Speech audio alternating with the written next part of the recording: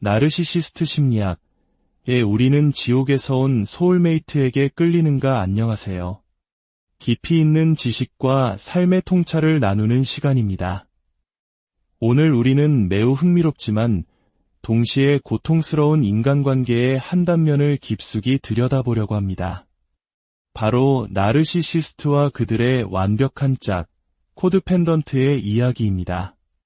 혹시 이런 경험 있으신가요? 첫 만남부터 마치 운명처럼 느껴지는 사람, 내 모든 것을 이해해주는 것 같고 잃어버렸던 반쪽을 찾은 듯한 강렬한 끌림. 사람들은 이것을 소울메이트 혹은 운명적 인연이라 부릅니다. 하지만 오늘 우리가 나눌 이야기는 그 완벽한 퍼즐 조각이 사실은 지옥에서 맞춰진 것일 수도 있다는 섬뜩한 진실에 관한 것입니다.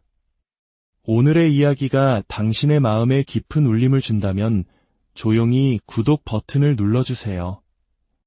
당신의 관심은 저희가 더 깊은 지혜를 탐구하는 데 큰 힘이 됩니다. 또한 이 이야기가 어둠 속을 헤매는 또 다른 누군가에게 작은 등불이 될 수 있도록 공유를 통해 지혜를 나눠주시는 것도 잊지 말아주세요. 당신의 선한 영향력이 누군가의 삶을 바꿀 수 있습니다. 자, 이제 시작하겠습니다. 나르시시스트는 진정한 사랑을 직접 받아들이지 못합니다. 아니, 애초에 관심이 없습니다. 그들에게 꾸밈없는 사랑은 오히려 역겹고 불편하게 느껴질 뿐입니다. 그들이 원하는 것은 사랑이 아닌 나르시시즘적 공급입니다. 자신의 연기, 즉 만들어진 모습을 향한 사람들의 찬양, 두려움, 혹은 동정. 바로 이것이 그들을 살아있게 하는 에너지원입니다. 놀랍게도 그들의 거울상과도 같은 코드펜던트 역시 진정한 사랑을 받아들이는 데 서툽니다. 그들은 자신의 희생과 봉사에 대한 인정과 감사를 갈망합니다. 하지만 이것은 사랑이 아닙니다. 마치 눈앞에 놓인 스테이크를 먹는 대신 스테이크가 그려진 메뉴판의 비닐을 핥으며 배고픔을 달래는 것과 같습니다. 제가 한 봉사에 대해 알아봐 주셔서 감사해요 라고 말하지만 정작 상대방이 당신이라는 사람 자체를 사랑해요 라고 다가오면 그들은 어쩔 줄 몰라 하며 뒷걸음질 칩니다. 나를, 뭔가 잘못됐어 이런 식으로 말이죠. 나르시시스트와 코드펜던트는 서로 다르지만 놀라울 정도로 닮아 있습니다. 마치 산이 있기에 메아리가 존재하듯 나르시시스트라는 존재가 있기에 코드펜던트라는 메아리가 울려 퍼집니다. 이 둘의 관계는 마치 손과 장갑처럼 너무나도 완벽하게 들어맞습니다. 그래서 많은 이들이 이렇게 말하죠. 그 사람은 내 영혼의 단짝 같았어요. 모든 것이 너무나 빨리 진행됐고 우린 서로를 위해 태어난 것 같았죠. 네, 맞습니다. 당신들은 서로를 위해 태어났습니다. 다만 그곳이 지옥이었을 뿐입니다. 어떤 이들은 나르시시스트와의 관계가 집처럼 편안했다고 회상합니다. 하지만 그 말이 진실이라면 우리는 스스로에게 물어봐야 합니다. 당신이 자라온 집은 어떤 곳이었습니까? 혹시 그곳이 정서적 학대와 심리적 고문이 일상이었던 장소는 아니었나요? 그렇다면 당신은 고문실로 다시 돌아온 것뿐입니다. 익숙한 고통의 공간으로 말이죠. 이 비극적인 끌림의 뿌리는 대부분 어린 시절의 깊은 상처와 맞닿아 있습니다. 우리는 성인이 되어 만난 특정 인물 하나만 떼어내면 모든 문제가 해결될 것이라 착각합니다.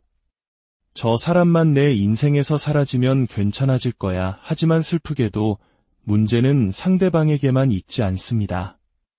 왜 나는 항상 이런 끔찍한 사람들에게 끌리는 걸까?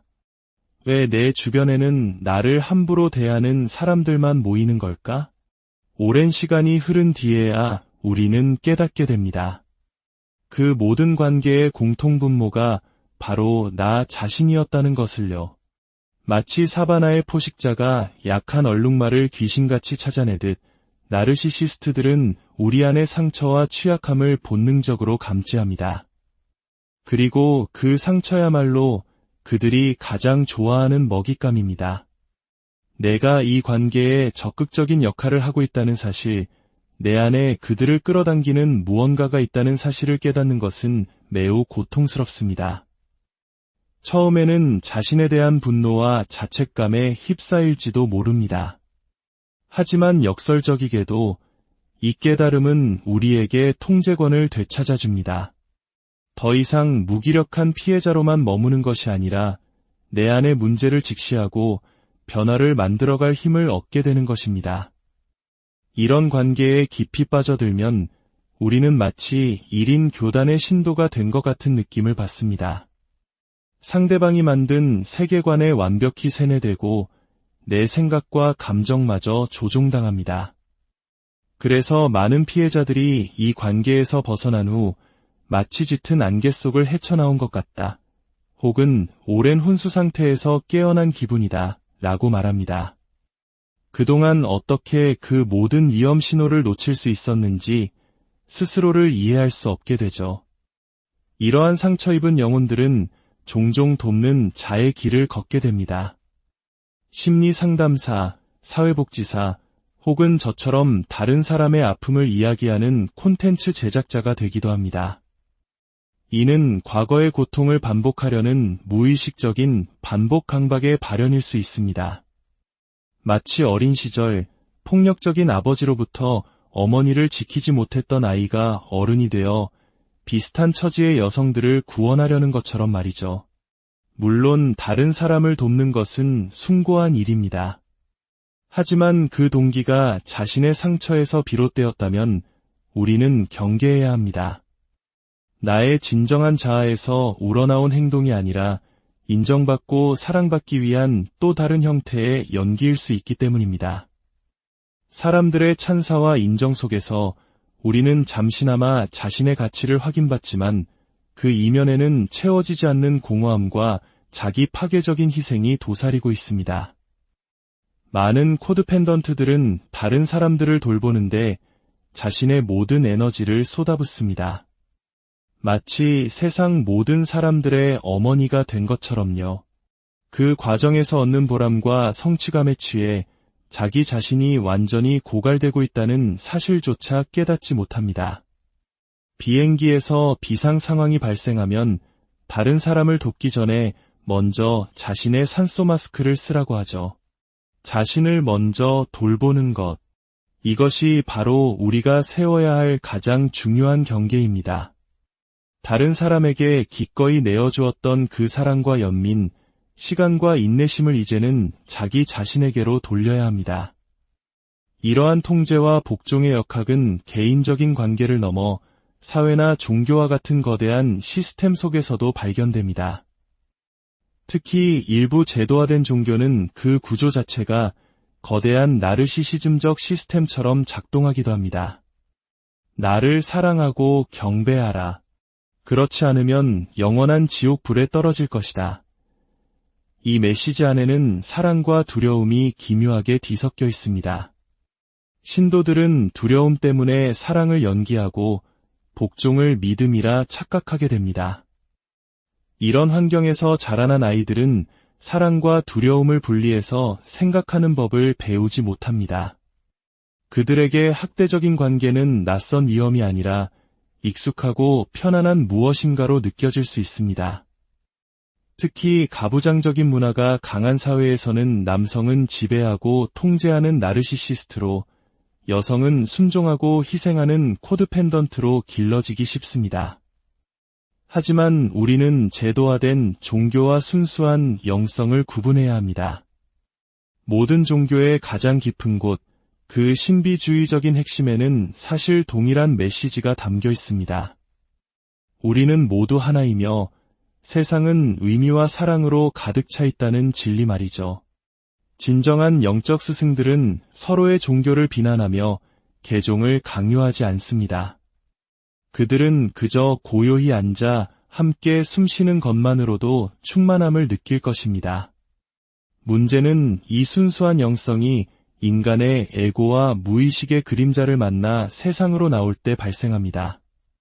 권력, 통제, 지배력과 같은 세상의 모든 독소가 종교의 본질을 오염시키는 것입니다. 진정한 영성은 신과 나 사이에 그 어떤 중재자도 두지 않습니다. 어떤 인간도, 어떤 책도, 어떤 제도도 신을 대신할 수는 없습니다. 당신의 믿음은 오롯이 당신과 신 사이의 개인적인 관계여야 합니다. 누군가 당신에게 특정 방식으로 믿으라고 강요한다면 그는 신의 자리에 스스로를 올려놓는 가장 큰 죄를 저지르는 것입니다. 치유의 여정은 바로 이 지점에서 시작됩니다. 나르시시스트들은 스스로를 절대 바꾸려 하지 않습니다. 그들은 단단하고 경직되어 있으며 오직 자신의 목소리만 밖으로 내보낼 뿐입니다. 그들은 치료라는 유연하고 수용적인 공간을 견디지 못합니다. 하지만 코드펜던트, 즉 메아리들은 다릅니다. 그들은 본질적으로 유연하고 수용적입니다. 자신의 문제가 무엇인지 알고 있고 변화의 필요성을 느끼며 다른 사람의 도움을 받아들일 준비가 되어 있습니다.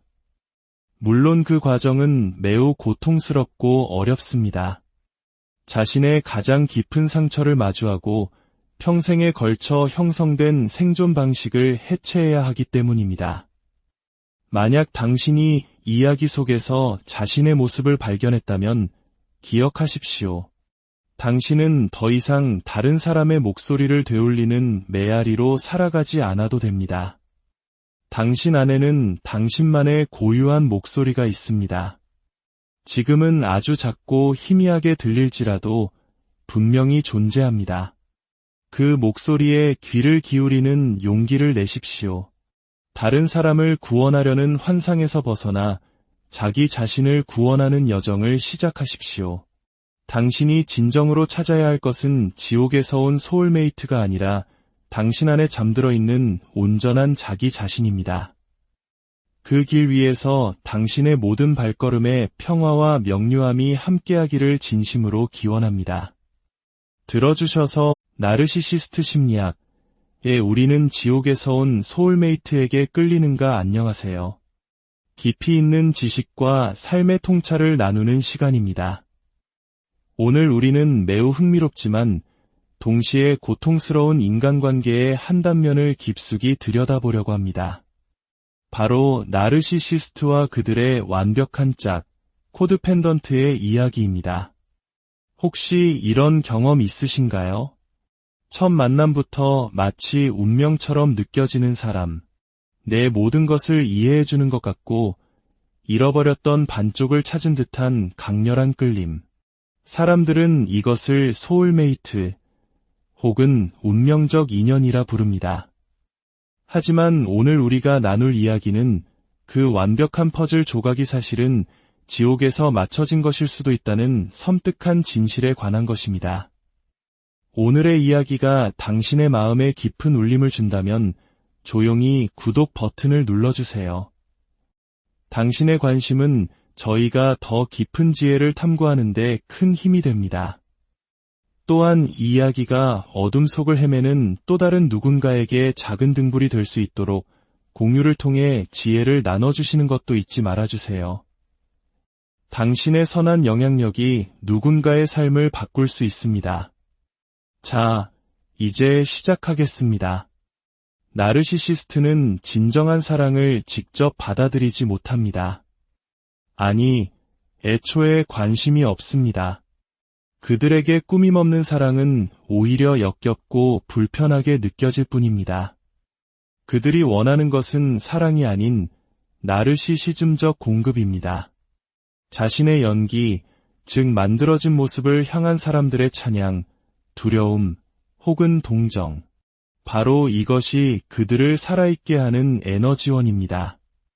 놀랍게도 그들의 거울상과도 같은 코드펜던트 역시 진정한 사랑을 받아들이는 데 서툽니다. 그들은 자신의 희생과 봉사에 대한 인정과 감사를 갈망합니다. 하지만 이것은 사랑이 아닙니다. 마치 눈앞에 놓인 스테이크를 먹는 대신 스테이크가 그려진 메뉴판의 비닐을 핥으며 배고픔을 달래는 것과 같습니다. 제가 한 봉사에 대해 알아봐 주셔서 감사해요 라고 말하지만 정작 상대방이 당신이라는 사람 자체를 사랑해요 라고 다가오면 그들은 어쩔 줄 몰라 하며 뒷걸음질 칩니다.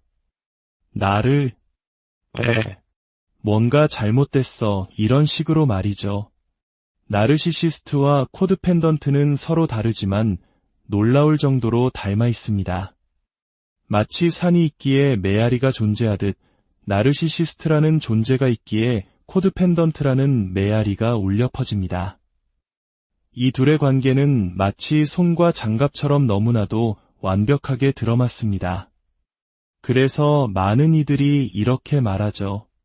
그 사람은 내 영혼의 단짝 같았어요. 모든 것이 너무나 빨리 진행됐고 우린 서로를 위해 태어난 것 같았죠. 네, 맞습니다. 당신들은 서로를 위해 태어났습니다. 다만 그곳이 지옥이었을 뿐입니다. 어떤 이들은 나르시시스트와의 관계가 집처럼 편안했다고 회상합니다. 하지만 그 말이 진실이라면 우리는 스스로에게 물어봐야 합니다. 당신이 자라온 집은 어떤 곳이었습니까? 혹시 그곳이 정서적 학대와 심리적 고문이 일상이었던 장소는 아니었나요? 그렇다면 당신은 고문실로 다시 돌아온 것뿐입니다. 익숙한 고통의 공간으로 말이죠. 이 비극적인 끌림의 뿌리는 대부분 어린 시절의 깊은 상처와 맞닿아 있습니다. 우리는 성인이 되어 만난 특정 인물 하나만 떼어내면 모든 문제가 해결될 것이라 착각합니다.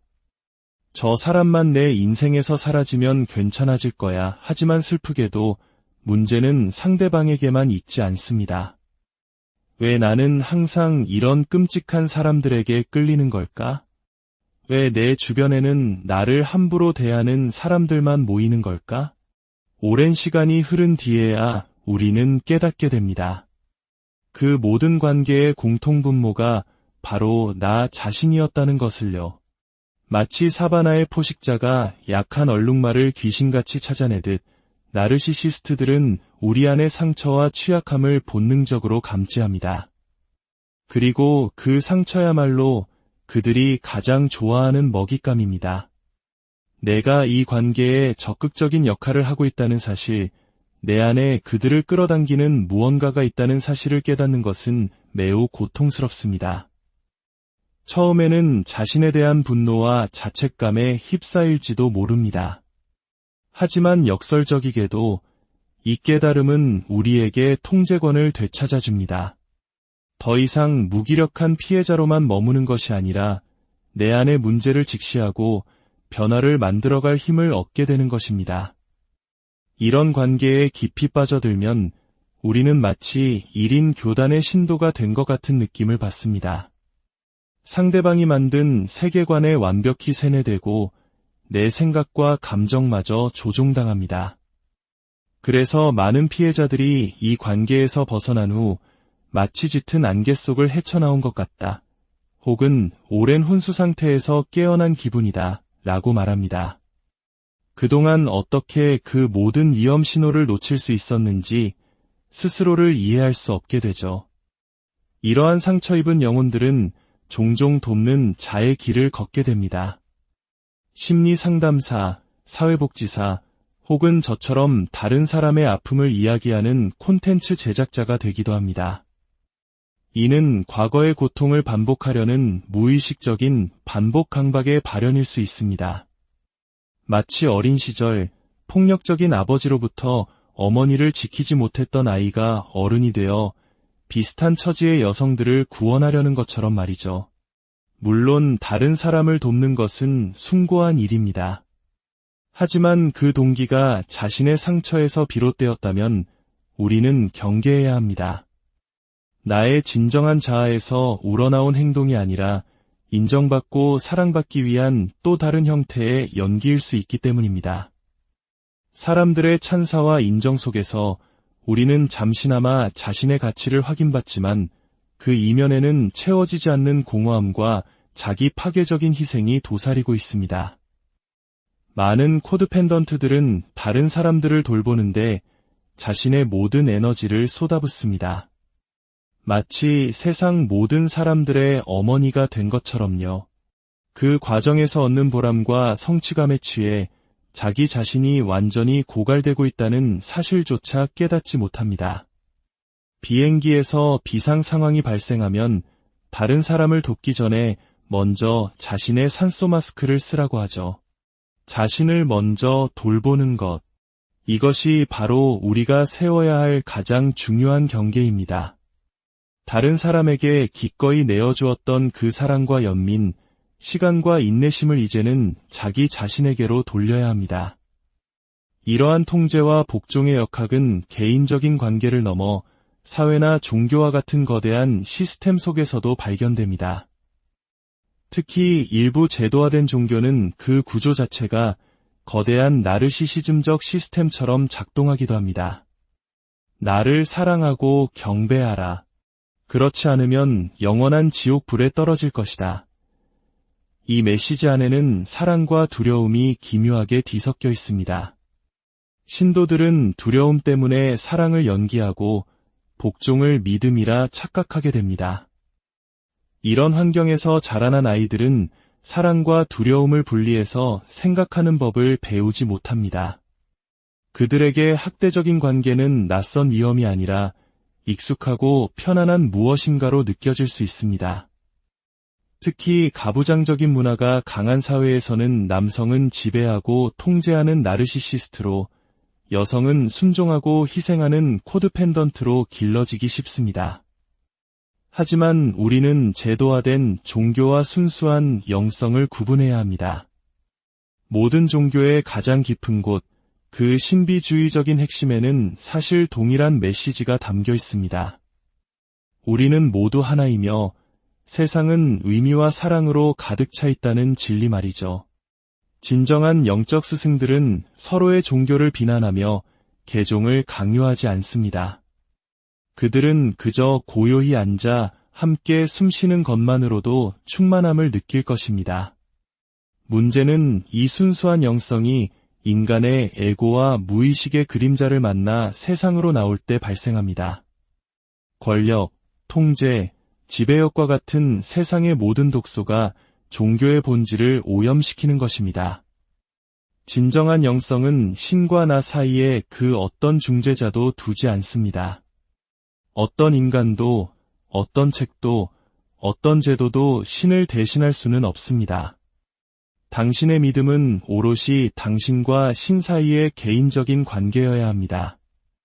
누군가 당신에게 특정 방식으로 믿으라고 강요한다면 그는 신의 자리에 스스로를 올려놓는 가장 큰 죄를 저지르는 것입니다. 치유의 여정은 바로 이 지점에서 시작됩니다. 나르시시스트들은 스스로를 절대 바꾸려 하지 않습니다. 그들은 단단하고 경직되어 있으며 오직 자신의 목소리만 밖으로 내보낼 뿐입니다. 그들은 치료라는 유연하고 수용적인 공간을 견디지 못합니다. 하지만 코드펜던트, 즉 메아리들은 다릅니다. 그들은 본질적으로 유연하고 수용적입니다. 자신의 문제가 무엇인지 알고 있고 변화의 필요성을 느끼며 다른 사람의 도움을 받아들일 준비가 되어 있습니다. 물론 그 과정은 매우 고통스럽고 어렵습니다. 자신의 가장 깊은 상처를 마주하고 평생에 걸쳐 형성된 생존 방식을 해체해야 하기 때문입니다. 만약 당신이 이야기 속에서 자신의 모습을 발견했다면 기억하십시오. 당신은 더 이상 다른 사람의 목소리를 되돌리는 메아리로 살아가지 않아도 됩니다. 당신 안에는 당신만의 고유한 목소리가 있습니다.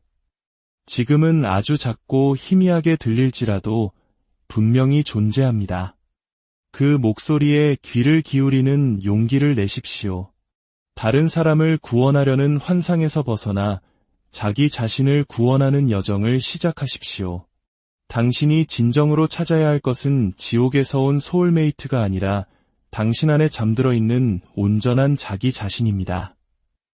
그 길 위에서 당신의 모든 발걸음에 평화와 명료함이 함께하기를 진심으로 기원합니다.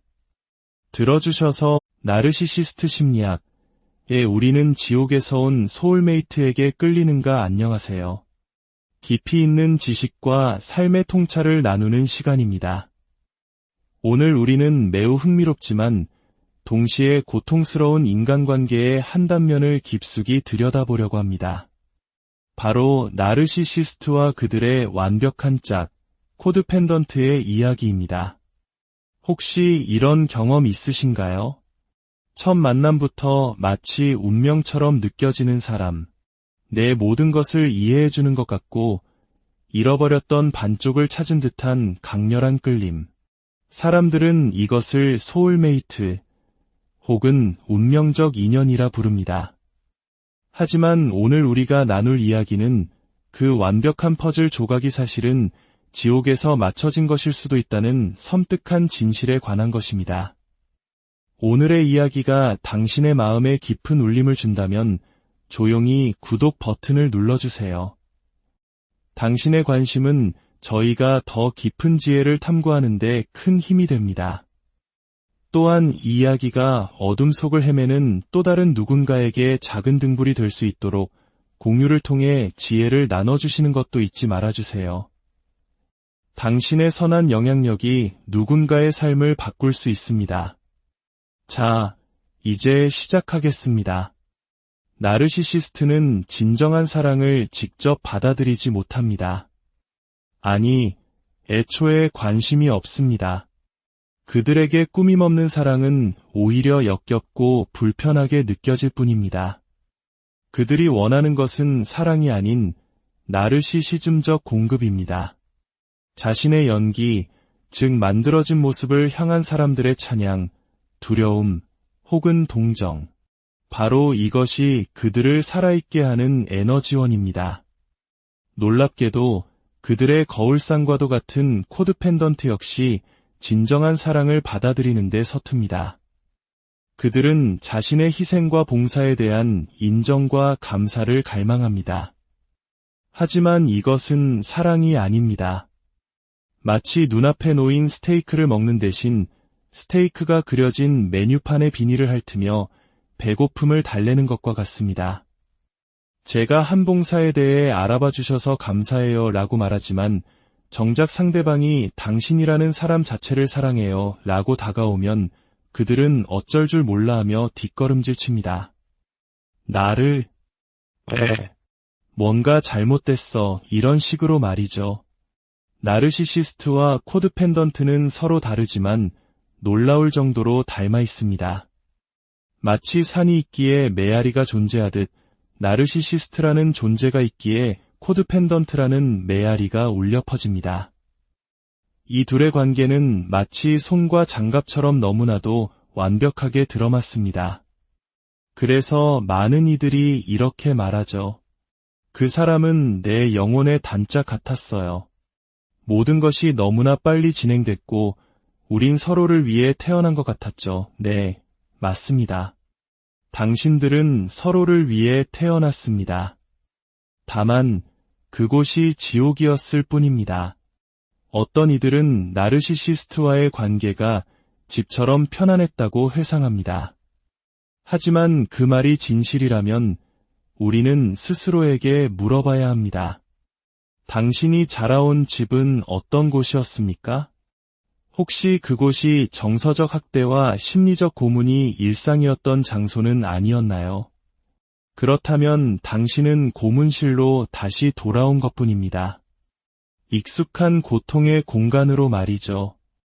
이 비극적인 끌림의 뿌리는 대부분 어린 시절의 깊은 상처와 맞닿아 있습니다. 우리는 성인이 되어 만난 특정 인물 하나만 떼어내면 모든 문제가 해결될 것이라 착각합니다. 저 사람만 내 인생에서 사라지면 괜찮아질 거야. 하지만 슬프게도 문제는 상대방에게만 있지 않습니다. 왜 나는 항상 이런 끔찍한 사람들에게 끌리는 걸까? 왜 내 주변에는 나를 함부로 대하는 사람들만 모이는 걸까? 오랜 시간이 흐른 뒤에야 우리는 깨닫게 됩니다. 그 모든 관계의 공통분모가 바로 나 자신이었다는 것을요. 마치 사바나의 포식자가 약한 얼룩말을 귀신같이 찾아내듯 나르시시스트들은 우리 안의 상처와 취약함을 본능적으로 감지합니다. 그리고 그 상처야말로 그들이 가장 좋아하는 먹잇감입니다. 내가 이 관계에 적극적인 역할을 하고 있다는 사실, 내 안에 그들을 끌어당기는 무언가가 있다는 사실을 깨닫는 것은 매우 고통스럽습니다. 처음에는 자신에 대한 분노와 자책감에 휩싸일지도 모릅니다. 하지만 역설적이게도 이 깨달음은 우리에게 통제권을 되찾아줍니다.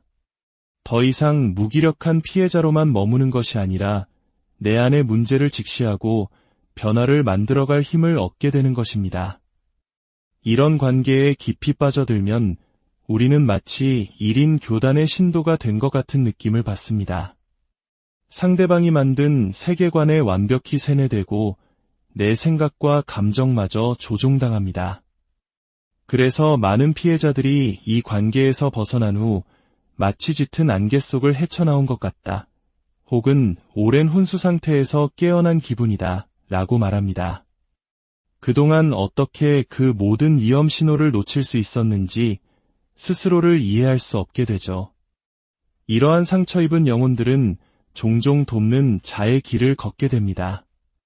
심리 상담사, 사회복지사, 혹은 저처럼 다른 사람의 아픔을 이야기하는 콘텐츠 제작자가 되기도 합니다.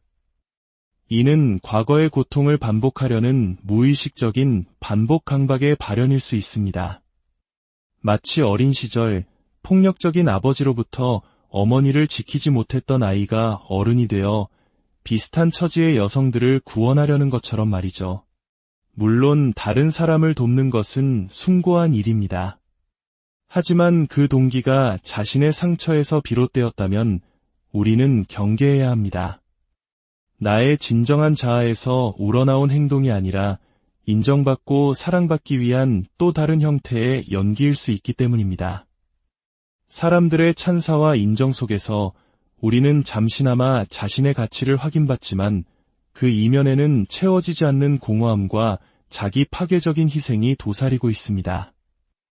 많은 코드펜던트들은 다른 사람들을 돌보는데 자신의 모든 에너지를 쏟아붓습니다.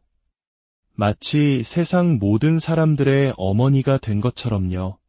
그 과정에서 얻는 보람과 성취감에 취해 자기 자신이 완전히 고갈되고 있다는 사실조차 깨닫지 못합니다.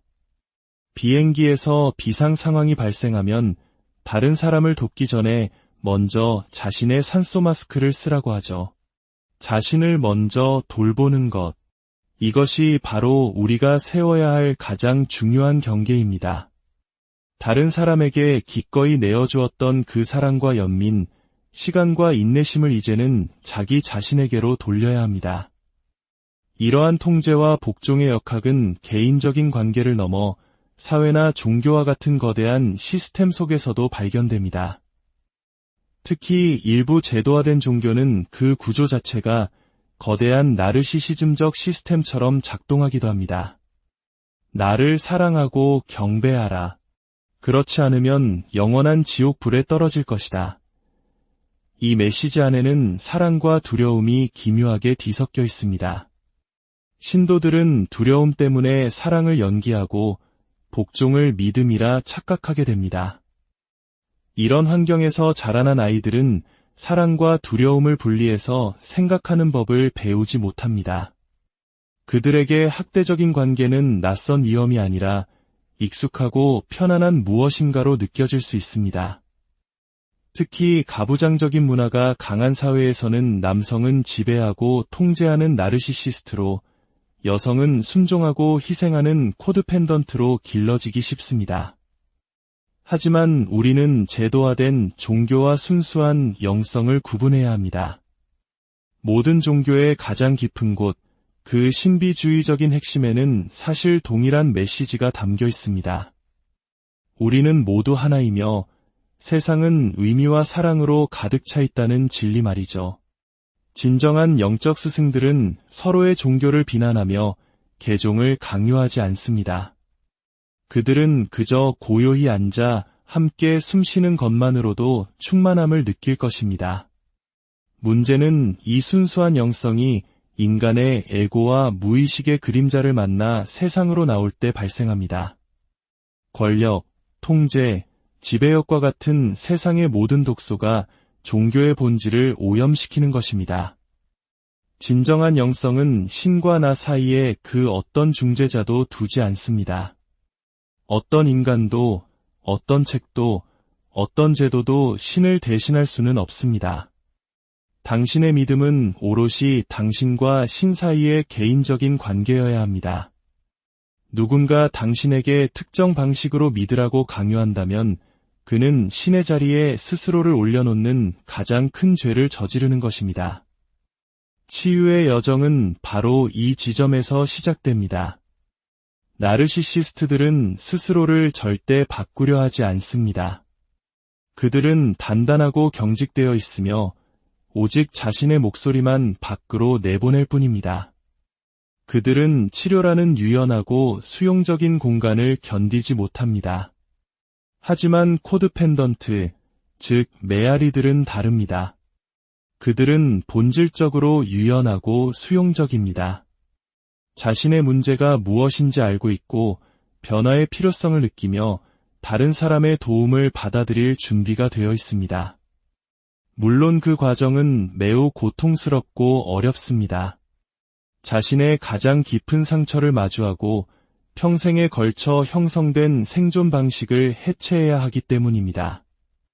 만약 당신이 이야기 속에서 자신의 모습을 발견했다면 기억하십시오.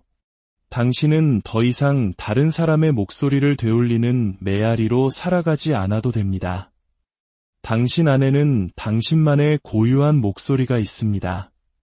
지금은 아주 작고 희미하게 들릴지라도 분명히 존재합니다. 그 목소리에 귀를 기울이는 용기를 내십시오. 다른 사람을 구원하려는 환상에서 벗어나 자기 자신을 구원하는 여정을 시작하십시오. 당신이 진정으로 찾아야 할 것은 지옥에서 온 소울메이트가 아니라 당신 안에 잠들어 있는 온전한 자기 자신입니다. 그 길 위에서 당신의 모든 발걸음에 평화와 명료함이 함께하기를 진심으로 기원합니다. 들어주셔서 나르시시스트 심리학에 우리는 지옥에서 온 소울메이트에게 끌리는가 안녕하세요. 깊이 있는 지식과 삶의 통찰을 나누는 시간입니다. 오늘 우리는 매우 흥미롭지만 동시에 고통스러운 인간관계의 한 단면을 깊숙이 들여다보려고 합니다. 바로 나르시시스트와 그들의 완벽한 짝, 코드펜던트의 이야기입니다. 혹시 이런 경험 있으신가요? 첫 만남부터 마치 운명처럼 느껴지는 사람, 내 모든 것을 이해해주는 것 같고 잃어버렸던 반쪽을 찾은 듯한 강렬한 끌림. 사람들은 이것을 소울메이트 혹은 운명적 인연이라 부릅니다. 하지만 오늘 우리가 나눌 이야기는 그 완벽한 퍼즐 조각이 사실은 지옥에서 맞춰진 것일 수도 있다는 섬뜩한 진실에 관한 것입니다. 오늘의 이야기가 당신의 마음에 깊은 울림을 준다면 조용히 구독 버튼을 눌러주세요. 당신의 관심은 저희가 더 깊은 지혜를 탐구하는 데 큰 힘이 됩니다. 또한 이 이야기가 어둠 속을 헤매는 또 다른 누군가에게 작은 등불이 될 수 있도록 공유를 통해 지혜를 나눠주시는 것도 잊지 말아주세요. 당신의 선한 영향력이 누군가의 삶을 바꿀 수 있습니다. 자, 이제 시작하겠습니다. 나르시시스트는 진정한 사랑을 직접 받아들이지 못합니다. 아니, 애초에 관심이 없습니다. 그들에게 꾸밈없는 사랑은 오히려 역겹고 불편하게 느껴질 뿐입니다. 그들이 원하는 것은 사랑이 아닌 나르시시즘적 공급입니다.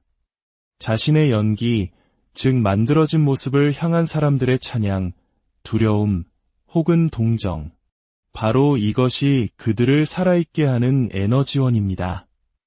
놀랍게도 그들의 거울상과도 같은 코드펜던트 역시 진정한 사랑을 받아들이는 데 서툽니다. 그들은 자신의 희생과 봉사에 대한 인정과 감사를 갈망합니다. 하지만 이것은 사랑이 아닙니다. 마치 눈앞에 놓인 스테이크를 먹는 대신 스테이크가 그려진 메뉴판의 비닐을 핥으며 배고픔을 달래는 것과 같습니다. 제가 한 봉사에 대해 알아봐 주셔서 감사해요 라고 말하지만 정작 상대방이 당신이라는 사람 자체를 사랑해요 라고 다가오면 그들은 어쩔 줄 몰라 하며 뒷걸음질 칩니다. 나를, 뭔가 잘못됐어 이런 식으로 말이죠. 나르시시스트와 코드펜던트는 서로 다르지만 놀라울 정도로 닮아 있습니다. 마치 산이 있기에 메아리가 존재하듯 나르시시스트라는 존재가 있기에 코드펜던트라는 메아리가 울려 퍼집니다. 이 둘의 관계는 마치 손과 장갑처럼 너무나도 완벽하게 들어맞습니다. 그래서 많은 이들이 이렇게 말하죠. 그 사람은 내 영혼의 단짝 같았어요. 모든 것이 너무나 빨리 진행됐고 우린 서로를 위해 태어난 것 같았죠. 네, 맞습니다. 당신들은 서로를 위해 태어났습니다. 다만 그곳이 지옥이었을 뿐입니다. 어떤 이들은 나르시시스트와의 관계가 집처럼 편안했다고 회상합니다. 하지만 그 말이 진실이라면 우리는 스스로에게 물어봐야 합니다. 당신이 자라온 집은 어떤 곳이었습니까? 혹시 그곳이 정서적 학대와 심리적 고문이 일상이었던 장소는 아니었나요? 그렇다면 당신은 고문실로 다시 돌아온 것뿐입니다. 익숙한 고통의 공간으로 말이죠. 이 비극적인 끌림의 뿌리는 대부분 어린 시절의 깊은 상처와 맞닿아 있습니다. 우리는 성인이 되어 만난 특정 인물 하나만 떼어내면 모든 문제가 해결될 것이라 착각합니다. 저 사람만 내 인생에서 사라지면 괜찮아질 거야. 하지만 슬프게도 문제는 상대방에게만 있지 않습니다. 왜 나는 항상 이런 끔찍한 사람들에게 끌리는 걸까? 왜 내 주변에는 나를 함부로 대하는 사람들만 모이는 걸까? 오랜 시간이 흐른 뒤에야 우리는 깨닫게 됩니다. 그 모든 관계의 공통분모가 바로 나 자신이었다는 것을요. 마치 사바나의 포식자가 약한 얼룩말을 귀신같이 찾아내듯 나르시시스트들은 우리 안의 상처와 취약함을 본능적으로 감지합니다. 그리고 그 상처야말로 그들이 가장 좋아하는 먹잇감입니다. 내가 이 관계에 적극적인 역할을 하고 있다는 사실, 내 안에 그들을 끌어당기는 무언가가 있다는 사실을 깨닫는 것은 매우 고통스럽습니다. 처음에는 자신에 대한 분노와 자책감에 휩싸일지도 모릅니다. 하지만 역설적이게도 이 깨달음은 우리에게 통제권을 되찾아줍니다. 더 이상 무기력한 피해자로만 머무는 것이 아니라 내 안의 문제를 직시하고 변화를 만들어갈 힘을 얻게 되는 것입니다. 이런 관계에 깊이 빠져들면 우리는 마치 1인 교단의 신도가 된 것 같은 느낌을 받습니다. 상대방이 만든 세계관에 완벽히 세뇌되고 내 생각과 감정마저 조종당합니다. 그래서 많은 피해자들이 이 관계에서 벗어난 후 마치 짙은 안개 속을 헤쳐나온 것 같다. 혹은 오랜 혼수 상태에서 깨어난 기분이다. 라고 말합니다. 그동안 어떻게 그 모든 위험 신호를 놓칠 수 있었는지 스스로를 이해할 수 없게 되죠. 이러한 상처 입은 영혼들은 종종 돕는 자의 길을 걷게 됩니다. 심리상담사, 사회복지사, 혹은 저처럼 다른 사람의 아픔을 이야기하는 콘텐츠 제작자가 되기도 합니다. 이는 과거의 고통을 반복하려는 무의식적인 반복 강박의 발현일 수 있습니다. 마치 어린 시절 폭력적인 아버지로부터 어머니를 지키지 못했던 아이가 어른이 되어 비슷한 처지의 여성들을 구원하려는 것처럼 말이죠. 물론 다른 사람을 돕는 것은 숭고한 일입니다. 하지만 그 동기가 자신의 상처에서 비롯되었다면 우리는 경계해야 합니다. 나의 진정한 자아에서 우러나온 행동이 아니라 인정받고 사랑받기 위한 또 다른 형태의 연기일 수 있기 때문입니다. 사람들의 찬사와 인정 속에서 우리는 잠시나마 자신의 가치를 확인받지만 그 이면에는 채워지지 않는 공허함과 자기 파괴적인 희생이 도사리고 있습니다. 많은 코드펜던트들은 다른 사람들을 돌보는데 자신의 모든 에너지를 쏟아붓습니다. 마치 세상 모든 사람들의 어머니가 된 것처럼요. 그 과정에서 얻는 보람과 성취감에 취해 자기 자신이 완전히 고갈되고 있다는 사실조차 깨닫지 못합니다. 비행기에서 비상 상황이 발생하면 다른 사람을 돕기 전에 먼저 자신의 산소 마스크를 쓰라고 하죠. 자신을 먼저 돌보는 것. 이것이 바로 우리가 세워야 할 가장 중요한 경계입니다. 다른 사람에게 기꺼이 내어주었던 그 사랑과 연민, 시간과 인내심을 이제는 자기 자신에게로 돌려야 합니다. 이러한 통제와 복종의 역학은 개인적인 관계를 넘어 사회나 종교와 같은 거대한 시스템 속에서도 발견됩니다. 특히 일부 제도화된 종교는 그 구조 자체가 거대한 나르시시즘적 시스템처럼 작동하기도 합니다. 나를 사랑하고 경배하라. 그렇지 않으면 영원한 지옥 불에 떨어질 것이다. 이 메시지 안에는 사랑과 두려움이 기묘하게 뒤섞여 있습니다. 신도들은 두려움 때문에 사랑을 연기하고 복종을 믿음이라 착각하게 됩니다. 이런 환경에서 자라난 아이들은 사랑과 두려움을 분리해서 생각하는 법을 배우지 못합니다. 그들에게 학대적인 관계는 낯선 위험이 아니라 익숙하고 편안한 무엇인가로 느껴질 수 있습니다.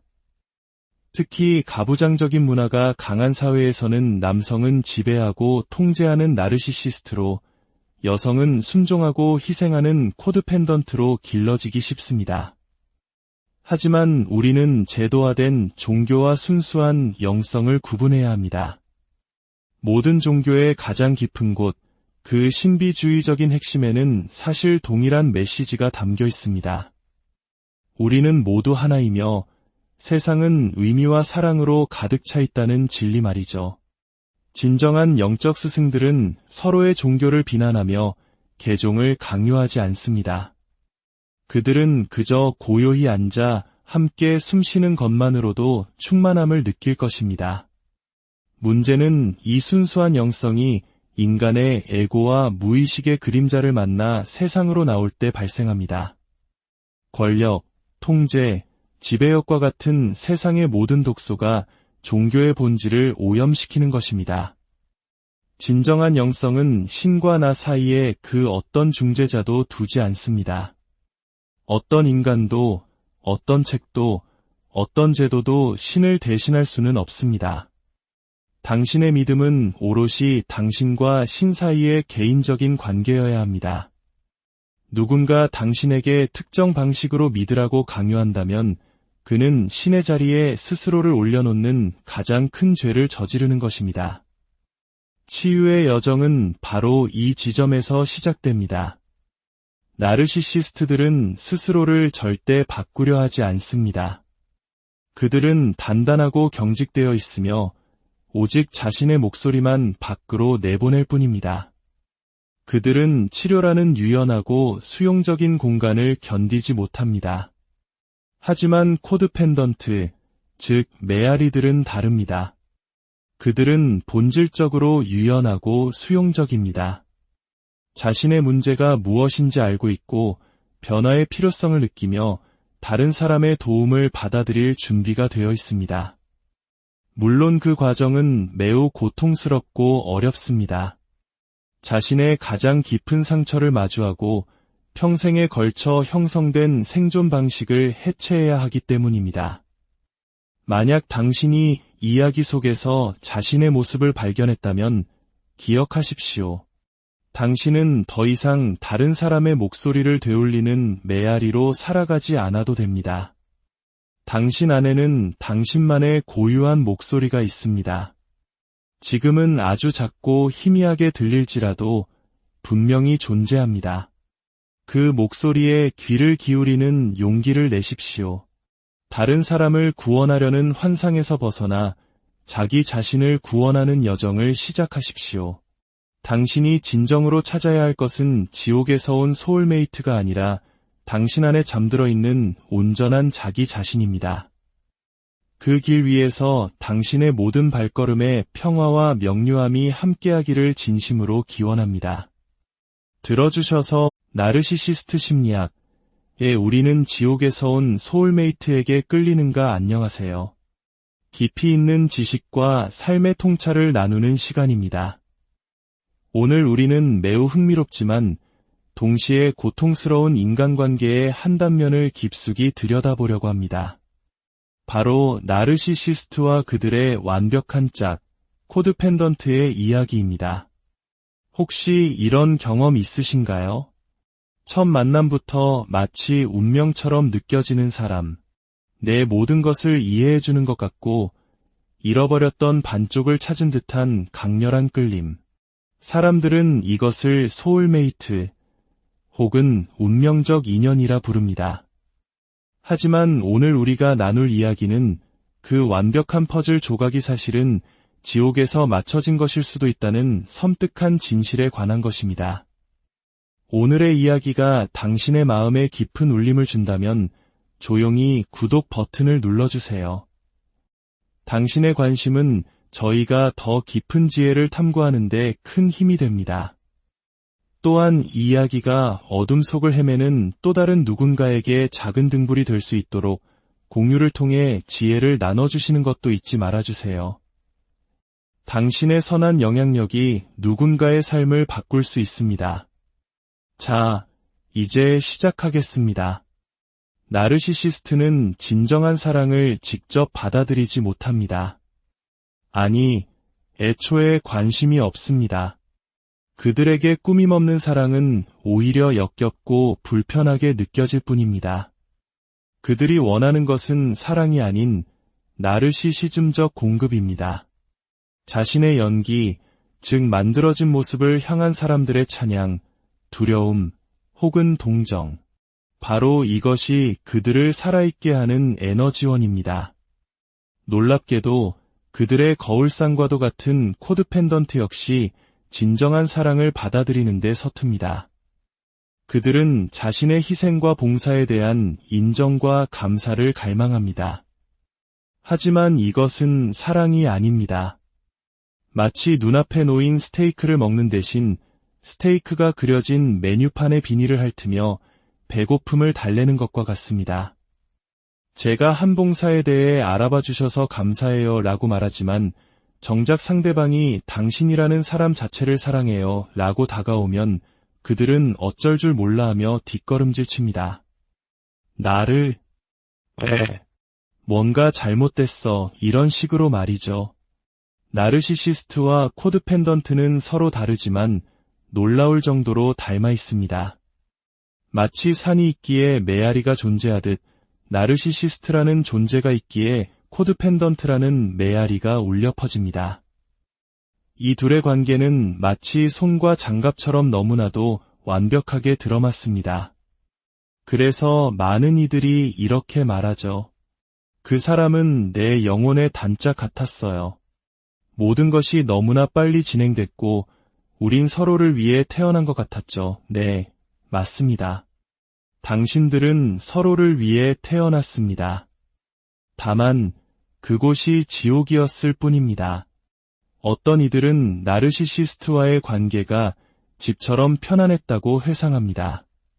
하지만 그 말이 진실이라면 우리는 스스로에게 물어봐야 합니다. 당신이 자라온 집은 어떤 곳이었습니까? 혹시 그곳이 정서적 학대와 심리적 고문이 일상이었던 장소는 아니었나요? 그렇다면 당신은 고문실로 다시 돌아온 것뿐입니다. 익숙한 고통의 공간으로 말이죠. 이 비극적인 끌림의 뿌리는 대부분 어린 시절의 깊은 상처와 맞닿아 있습니다. 우리는 성인이 되어 만난 특정 인물 하나만 떼어내면 모든 문제가 해결될 것이라 착각합니다. 저 사람만 내 인생에서 사라지면 괜찮아질 거야. 하지만 슬프게도 문제는 상대방에게만 있지 않습니다. 왜 나는 항상 이런 끔찍한 사람들에게 끌리는 걸까? 왜 내 주변에는 나를 함부로 대하는 사람들만 모이는 걸까? 오랜 시간이 흐른 뒤에야 우리는 깨닫게 됩니다. 그 모든 관계의 공통분모가 바로 나 자신이었다는 것을요. 마치 사바나의 포식자가 약한 얼룩말을 귀신같이 찾아내듯 나르시시스트들은 우리 안의 상처와 취약함을 본능적으로 감지합니다. 그리고 그 상처야말로 그들이 가장 좋아하는 먹잇감입니다. 내가 이 관계에 적극적인 역할을 하고 있다는 사실, 내 안에 그들을 끌어당기는 무언가가 있다는 사실을 깨닫는 것은 매우 고통스럽습니다. 처음에는 자신에 대한 분노와 자책감에 휩싸일지도 모릅니다. 하지만 역설적이게도 이 깨달음은 우리에게 통제권을 되찾아줍니다. 더 이상 무기력한 피해자로만 머무는 것이 아니라 내 안의 문제를 직시하고 변화를 만들어갈 힘을 얻게 되는 것입니다. 이런 관계에 깊이 빠져들면 우리는 마치 1인 교단의 신도가 된 것 같은 느낌을 받습니다. 상대방이 만든 세계관에 완벽히 세뇌되고 내 생각과 감정마저 조종당합니다. 그래서 많은 피해자들이 이 관계에서 벗어난 후 마치 짙은 안개 속을 헤쳐나온 것 같다. 혹은 오랜 혼수 상태에서 깨어난 기분이다. 라고 말합니다. 그동안 어떻게 그 모든 위험 신호를 놓칠 수 있었는지 스스로를 이해할 수 없게 되죠. 이러한 상처 입은 영혼들은 종종 돕는 자의 길을 걷게 됩니다. 심리 상담사, 사회복지사, 혹은 저처럼 다른 사람의 아픔을 이야기하는 콘텐츠 제작자가 되기도 합니다. 이는 과거의 고통을 반복하려는 무의식적인 반복 강박의 발현일 수 있습니다. 마치 어린 시절 폭력적인 아버지로부터 어머니를 지키지 못했던 아이가 어른이 되어 비슷한 처지의 여성들을 구원하려는 것처럼 말이죠. 물론 다른 사람을 돕는 것은 숭고한 일입니다. 하지만 그 동기가 자신의 상처에서 비롯되었다면 우리는 경계해야 합니다. 나의 진정한 자아에서 우러나온 행동이 아니라 인정받고 사랑받기 위한 또 다른 형태의 연기일 수 있기 때문입니다. 사람들의 찬사와 인정 속에서 우리는 잠시나마 자신의 가치를 확인받지만 그 이면에는 채워지지 않는 공허함과 자기 파괴적인 희생이 도사리고 있습니다. 많은 코드펜던트들은 다른 사람들을 돌보는데 자신의 모든 에너지를 쏟아붓습니다. 마치 세상 모든 사람들의 어머니가 된 것처럼요. 그 과정에서 얻는 보람과 성취감에 취해 자기 자신이 완전히 고갈되고 있다는 사실조차 깨닫지 못합니다. 비행기에서 비상 상황이 발생하면 다른 사람을 돕기 전에 먼저 자신의 산소 마스크를 쓰라고 하죠. 자신을 먼저 돌보는 것. 이것이 바로 우리가 세워야 할 가장 중요한 경계입니다. 다른 사람에게 기꺼이 내어주었던 그 사랑과 연민, 시간과 인내심을 이제는 자기 자신에게로 돌려야 합니다. 이러한 통제와 복종의 역학은 개인적인 관계를 넘어 사회나 종교와 같은 거대한 시스템 속에서도 발견됩니다. 특히 일부 제도화된 종교는 그 구조 자체가 거대한 나르시시즘적 시스템처럼 작동하기도 합니다. 나를 사랑하고 경배하라. 그렇지 않으면 영원한 지옥 불에 떨어질 것이다. 이 메시지 안에는 사랑과 두려움이 기묘하게 뒤섞여 있습니다. 신도들은 두려움 때문에 사랑을 연기하고 복종을 믿음이라 착각하게 됩니다. 이런 환경에서 자라난 아이들은 사랑과 두려움을 분리해서 생각하는 법을 배우지 못합니다. 그들에게 학대적인 관계는 낯선 위험이 아니라 익숙하고 편안한 무엇인가로 느껴질 수 있습니다. 특히 가부장적인 문화가 강한 사회에서는 남성은 지배하고 통제하는 나르시시스트로, 여성은 순종하고 희생하는 코드펜던트로 길러지기 쉽습니다. 하지만 우리는 제도화된 종교와 순수한 영성을 구분해야 합니다. 모든 종교의 가장 깊은 곳, 그 신비주의적인 핵심에는 사실 동일한 메시지가 담겨 있습니다.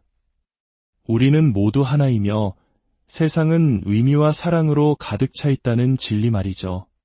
진정한 영적 스승들은 서로의 종교를 비난하며 개종을 강요하지 않습니다. 그들은 그저 고요히 앉아 함께 숨쉬는 것만으로도 충만함을 느낄 것입니다.